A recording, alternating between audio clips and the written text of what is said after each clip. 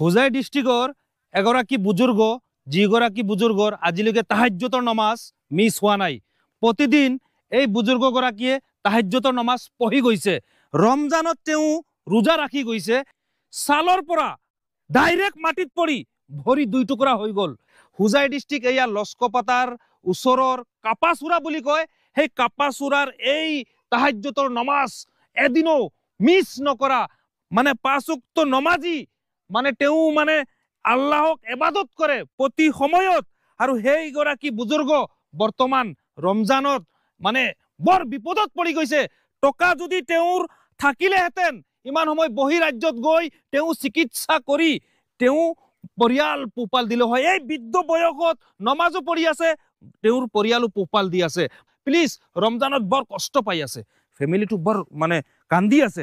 আজি 5 দিনৰ পৰা ৰফিক হোজাইৰ লগত যোগাযোগ কৰি আছে এই ফেমিলিটো। ঘৰখন আপোনালোকে দেখা পাইছে, কিমান দুখীয়া ঘৰ তেওঁলোকৰ পৰিয়াল। তেওঁলোকে বৰ কষ্টত ৰমজানত তেওঁলোকে দিন পাৰ কৰি আছে। আপোনালোকে চাওক, এই ঘৰটোত এই এটা ফেমিলি থাকে।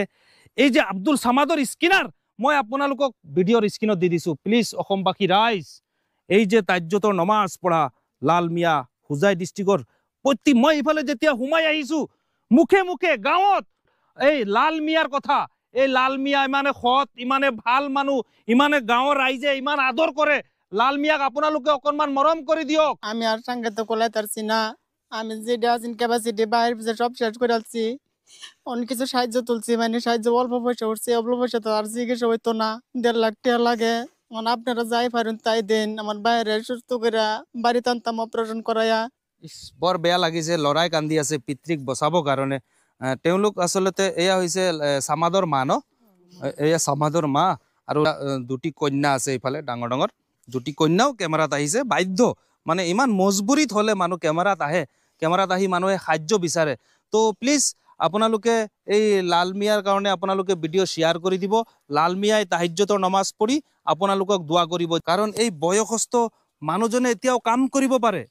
তেওঁ এনেধৰণৰ ঘৰৰ ওপৰত উঠি ঘৰ তেওঁ ছানি দিব পাৰে, নাৰা চনেৰে তেওঁ ছানি দিব পাৰে। সেই নাৰা চনেৰে ছানি দিবলৈ যাওঁতে এই মানে আচলতে ছালৰ পৰা তলত পৰি গৈছিলে। তেওঁ তলত পৰি গৈ তেওঁৰ সুবৰি মানে ভাঙি গৈছে। ইয়াতে ভাঙি যোৱাৰ লগে লগে তেওঁক লৈ এক দৌৰা দৌৰি হুলস্থুল, মানে দুখীয়া মানুহ ঋণ দাৰ কৰি মানে বৰ বিপদ তেওঁলোকে পাৰ কৰিছিলে।